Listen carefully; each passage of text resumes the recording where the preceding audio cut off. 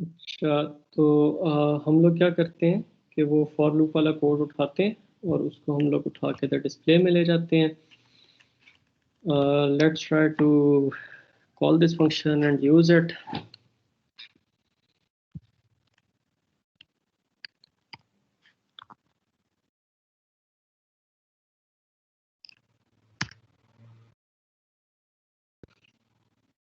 Okay, display को हम लोगों ने कॉल नहीं किया. इससे हम लोग पहले डिस्प्ले को कॉल कर लेते हैं.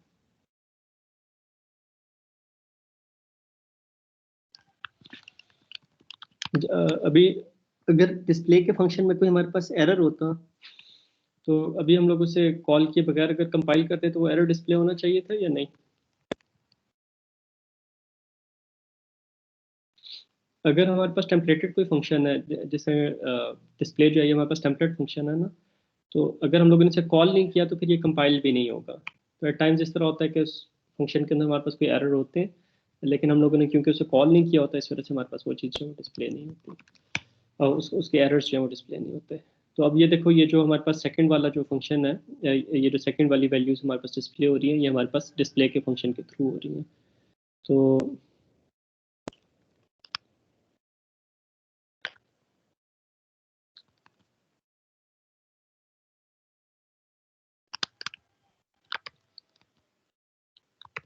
ओके, तो ये हमारे पास डिस्प्ले का फंक्शन हो गया. It is quite fine. यहाँ पे अब थोड़ी सी ना एक एक और करने वाली चीज़ है.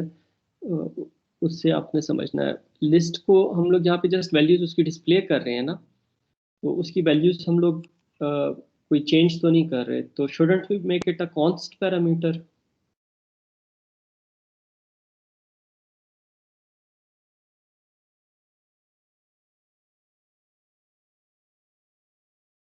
क्या कहते हैं आप लोग? ये लिस्ट को बाय रेफरेंस ले रहे हैं ताकि इसकी कॉपी ना क्रिएट हो, तो यहाँ पे कॉन्स्ट नहीं लगाना चाहिए ताकि एक्सीडेंटली हम लोग इस लिस्ट में कोई वैल्यू चेंज ना करते हैं. क्योंकि लगाना अब चाहिए. लगाना चाहिए ना, क्योंकि अभी जो है वो हम लोग ये कर सकते हैं कि यहाँ पे let's say L dot erase I T करते हैं तो हमारे पास सारी लिस्ट खाली हो जाएगी.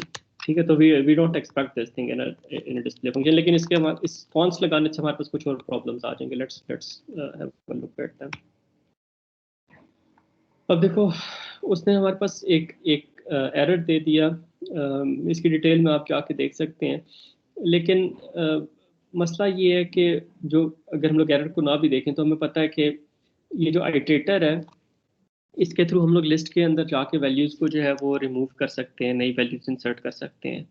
तो जब तक हमारे पास ये आइट्रेटर है तब तक हम लोग जो है वो लिस्ट के अंदर वैल्यूज़ को मैनिपुलेट कर सकते हैं. तो हमारे पास ये फिर पैरामीटर कॉन्स्ट नहीं रह सकता.